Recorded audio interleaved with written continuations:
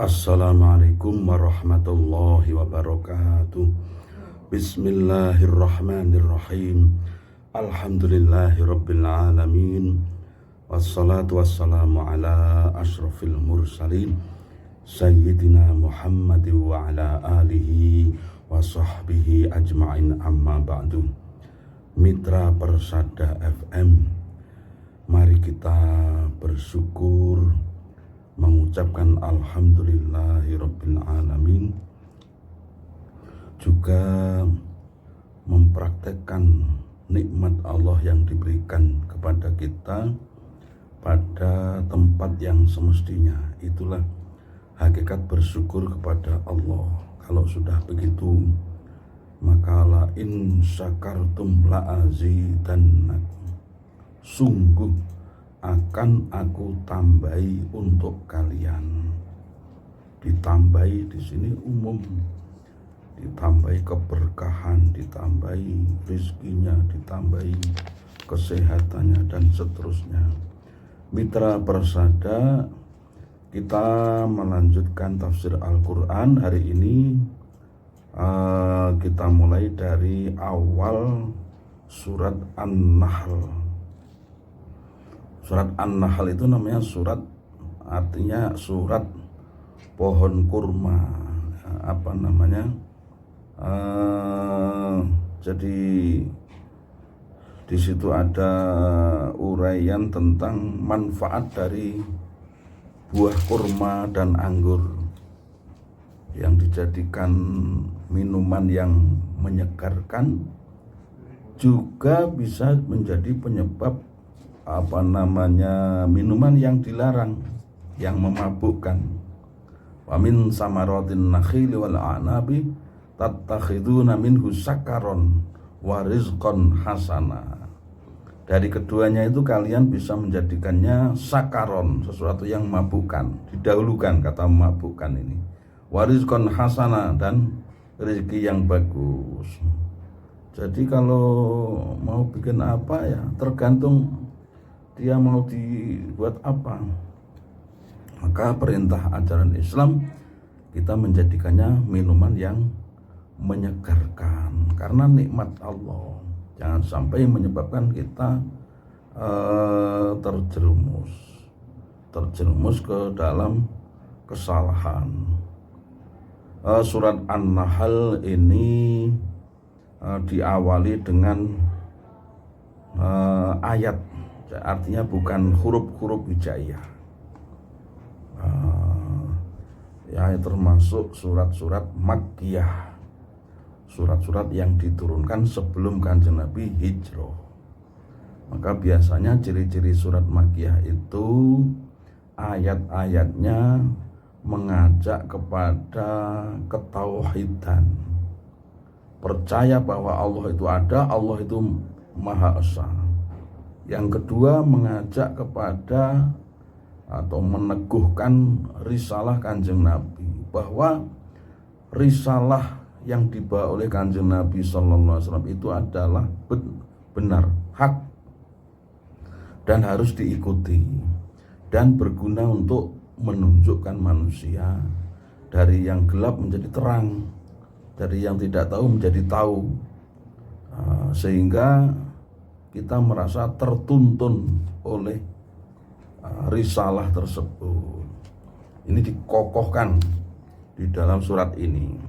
Yang ketiga, meyakinkan dan mengokohkan bahwa hari kiamat itu pasti ada. Ini biasanya memakai perumpamaan. Ayatnya itu merupakan perumpamaan atau contoh nyata, begitu ya. A'udzu billahi minasyaitonir rajim. Bismillahirrahmanirrahim. Ata amrullahi fala tasta'jiluh. Subhanahu wa ta'ala amma yusyrikun. Ai lam mastabto al musyrikun al azab nazala lamas tabto'a tatkalane nganggep lambat, nganggep kendu sapa al musyrikuna wong-wong musyrik al azaba ing siksa, nazala mongko tumurun apa ata amrullah dawuh ata amrullahi ila akhirih. Jadi ketika orang musyrik itu menganggap bahwa siksaan Allah yang dijanjikan kalau kami melanggar, kalau kami tidak menyembah Allah dan seterusnya, itu akan segera turun. Mana itu? Mata hadzal wa'du in kuntum shadiqin, di kalimat yang lain. Jadi tidak hanya menentang ajaran yang dibawa oleh Kanjeng Nabi, tetapi menantang kapan toh turunnya. Mereka menunggu-nunggu, kemudian mempunyai kesan bahwa azab atau siksaan Allah itu lambat, kok ramudun-mudun. Padahal yang namanya azab itu manusia berusaha menghindari, kok ini malah menunggu-nunggu, menantang. Kapan toh? Juriar teko endi? Ini kan sangat keterlaluan. Itulah tingkah laku orang-orang musyrik, orang-orang yang menyekutukan Allah, tidak menyembah Allah tapi menyembah makhluk Allah yang lain, menduakan Allah. Ata wastaka apa amrullahi perkarane Gusti Allah aisaatu tegese dina kiamat.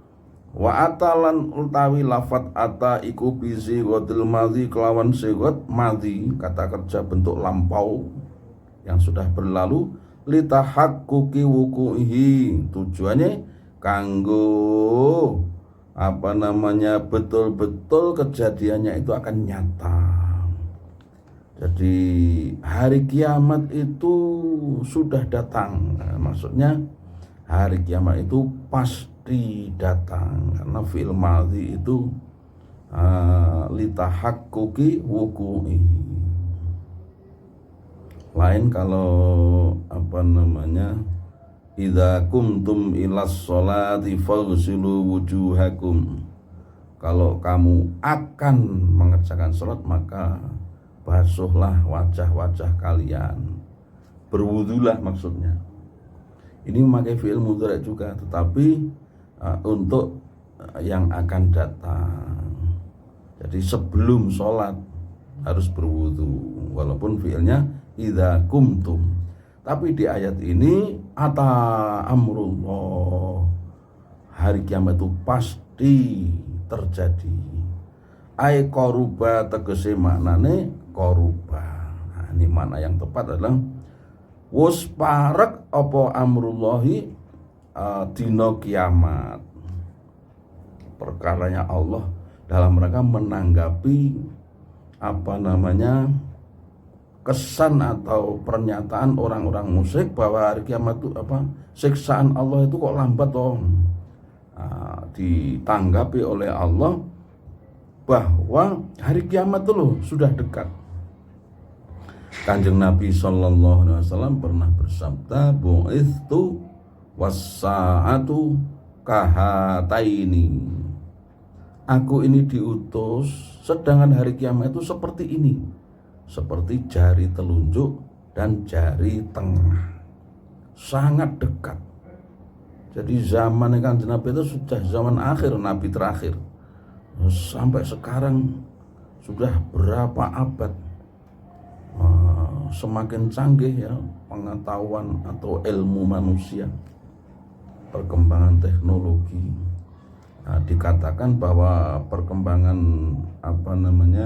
ilmu pengetahuan di barat itu sudah mencapai 70%, sedangkan di Islam itu baru sekitar 30%. Jadi kita mau nggak mau ya mengakui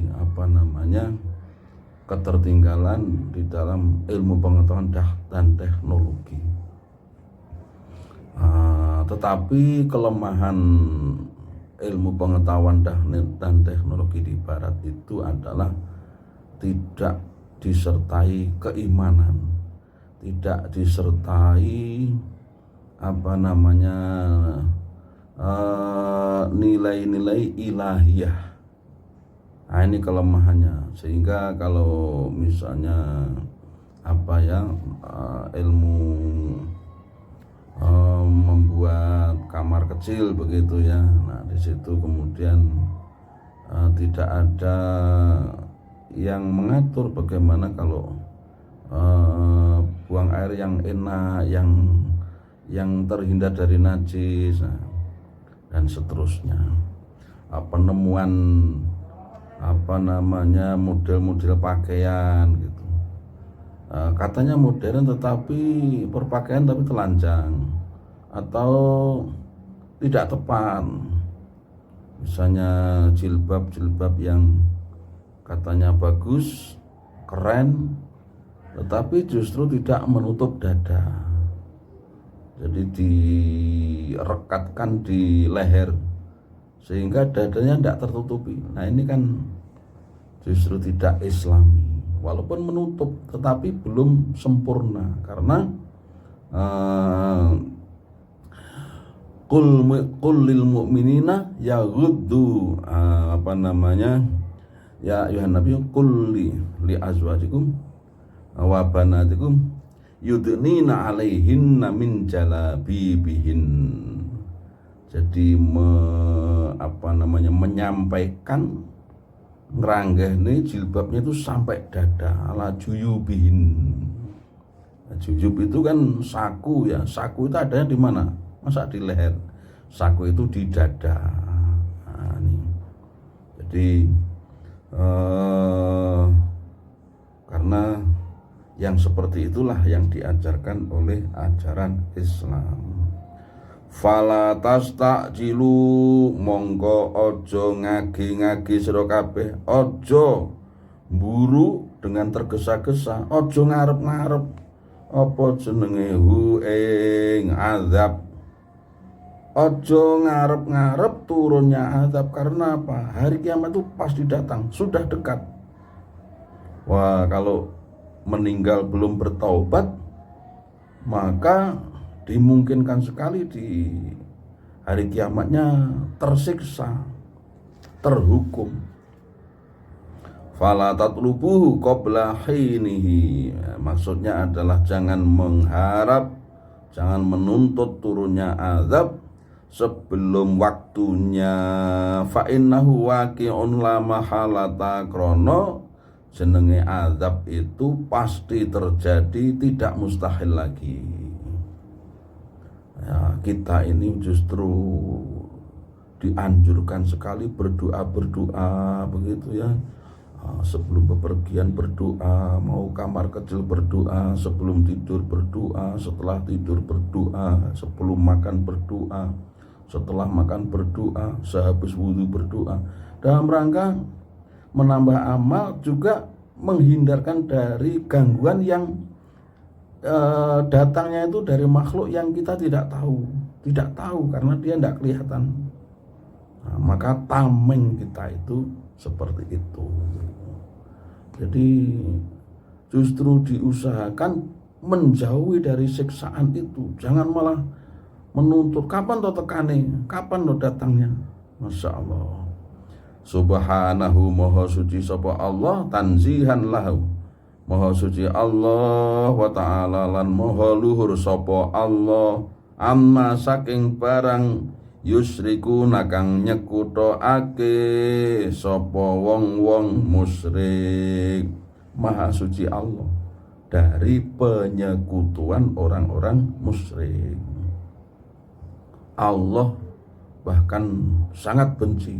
Innallaha la yaghfiru ayyushraka bihi wa yaghfiru ma duna dzalika liman yasha. Allah tidak akan mengampuni dosanya syirik. Tetapi di juz 20, innallaha yaghfiru dzunuba jami'a, sesungguhnya Allah mengampuni dosa semuanya.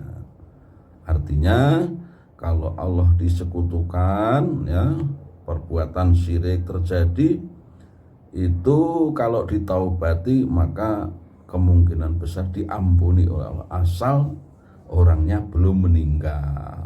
Jadi sebelum meninggal dia bertaubat, insya Allah diampuni. Itu maksudnya innallaha yaghfirudz dzunuba jami'a. Allah itu mengampuni dosa-dosa semuanya. Yunazzilu nurunake sapa Allah al malaikata ing malaikat ay Jibril tegese malaikat Jibril birruhi ay bil wahyi birruhi kelawan wahyu min amri saking perintahe Allah bi iradatihi tegese kelawan kersane Allah alaman ing atase wong yasa ukang kersa sapa Allah min ibadi saking pira-pira kawulane Allah wahum utawi ibadihi iku al anbiya'u pira-pira nabi. Jadi Al-Qur'an Allah mengutus malaikat menyampaikan wahyu kepada siapa yang dikehendaki oleh Allah. Jadi yang memilih itu Allah. Rupanya makanya yang dipilih adalah Kanjeng Nabi Muhammad sallallahu alaihi wasallam. Dia bagus dari segi nasab, dari segi akal atau intelijensi ya, dari segi akhlak dan dari segi apapun dia nomor satu. Itulah Allah memilihnya. Kalau ada kekurangannya, maka orang akan berkata, oh ngono jadi nabi. Oleh karena itu, Nabi Muhammad itu mulia, mempunyai sifat-sifat yang tertinggi dibanding lainnya. Dalam hal memperlakukan orang lain, dalam hal silaturahim, dalam hal memaafkan orang, dalam hal memberitahu tentang kebaikan-kebaikan dan seterusnya, dalam mempraktekkan ibadah. Nah, ini nomor satu semua. Anziru isine wahyu tadi, anziru yento paringo eling sira kabeh khawifu tentenono sira kabeh al kafirina ing wong-wong kafir bil azabi kelawan siksa wa a'limu lan paringo pemberitahuan sira kabeh hum ing musyrikin utawa kafirin annahu ing setuhune kelakuan iku la ilaha ora ana pangeran iku maujud illa ana kejaba ingsun fattaku mongko wedya sira kabeh ni ing ingsun. Nah, ini ayat makiyah begini ini.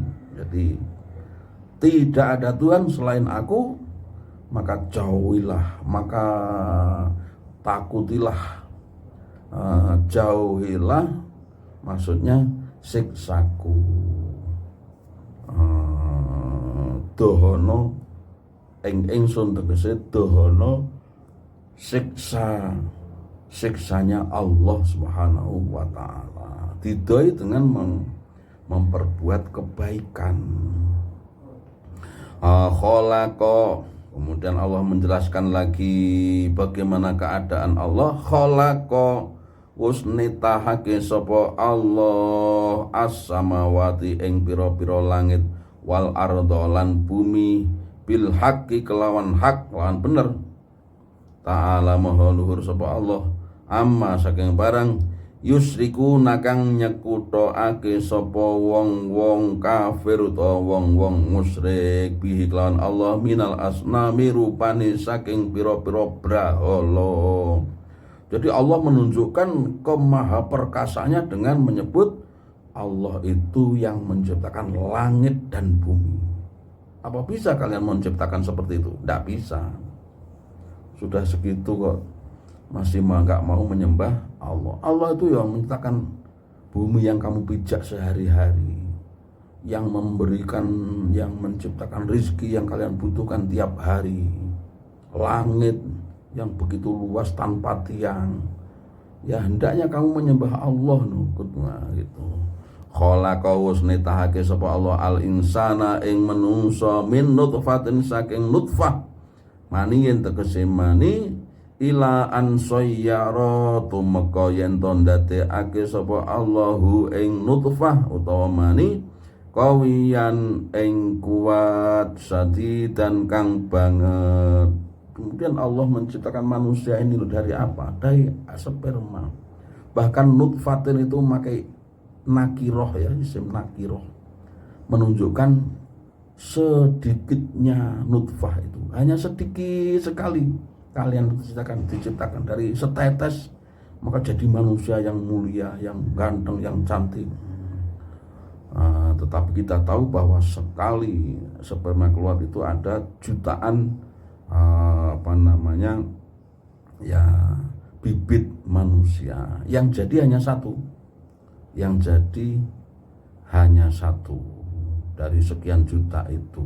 Maka kita ini adalah sperma yang menang di antara jutaan sperma itu dalam satu kali pengeluaran.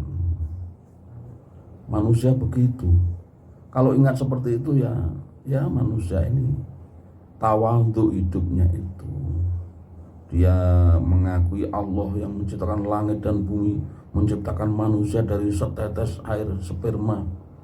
Ya betul-betul hina kan. Maka manusia berusaha memuliakan dirinya dengan beribadah. Diberi kesehatan oleh Allah, kemampuan untuk berdiri, duduk, dibukakan untuk sholat, untuk memberi orang, untuk menolong orang.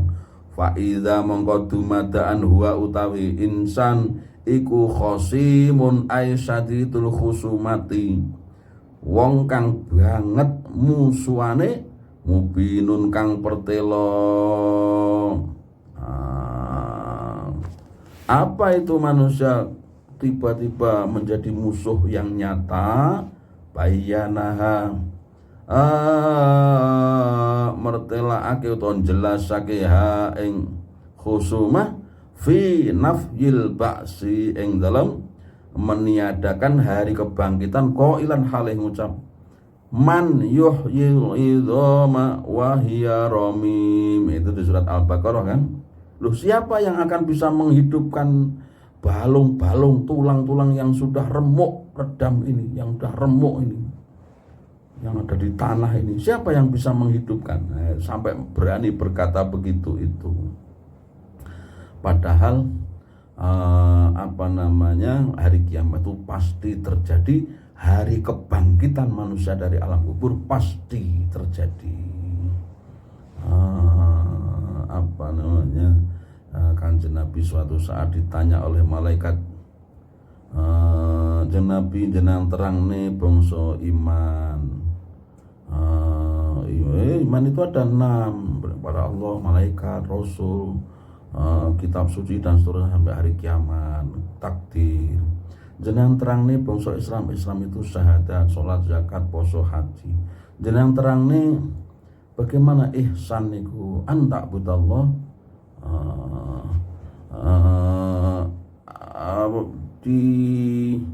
Disebutkan bahwasanya kapan itu hari kiamat? Kanjeng Nabi menjawab, mal mas'ulu anha bi'a'lama minas sa'il. Yang ditanya tidak lebih tahu dibanding yang bertanya. Ya udah, jelaskan tanda-tandanya. Gitu. Ini membuktikan bahwa hari kiamat itu ada, tanda-tandanya ada, nanti akan terjadi betul. Ketika Dajjal sudah dibunuh oleh Nabi Isa alaihissalam, maka sudah dekat sekali hari kiamat itu. Yauma yafirrul mar'u min akhi wa ummihi wa abihi wa sahibatihi wa bani. Kalau sudah hari kiamat, orang meteng itu jadi melahirkan. Orang yang rambutnya hitam langsung putih. Orang yang seseorang itu lari dari saudaranya, bapaknya, ibunya, bahkan dari istrinya atau suaminya. Lari, maksudnya tidak sempat memikirkan. Yang dipikirkan adalah bagaimana nasibnya diri sendiri. Itu hari kiamat. kok wani-wani ora percaya kemudian nantang kapan tuh datangnya azab ini. Kami katanya salah, mana hukumannya kok tidak datang-datang. Masya Allah, kita harus menjauhi kalimat-kalimat seperti ini. Wal an'amalan ing raja kaya al ibila tegese unta wal baqara lan sapi wal ghanama lan wedhus khalaqa wasnitake sapa Allah ha ing an'am ila akhirih lakum kanggo sira kabeh. Diciptakan binatang ternak, sapi, kambing, unta, ayam, mentok dan seterusnya, lakum, hanya untuk kalian. Silakan dibelah dipangan, silakan. Pokok orang belah mentoke tanggane. Itu sudah masuk ke kebun saya, kan milik saya itu. Oh, enggak ada begitu aturan begitu. Namanya ayam atau itu kan enggak bisa kita bilang itu tanah tetangga aja masuk situ.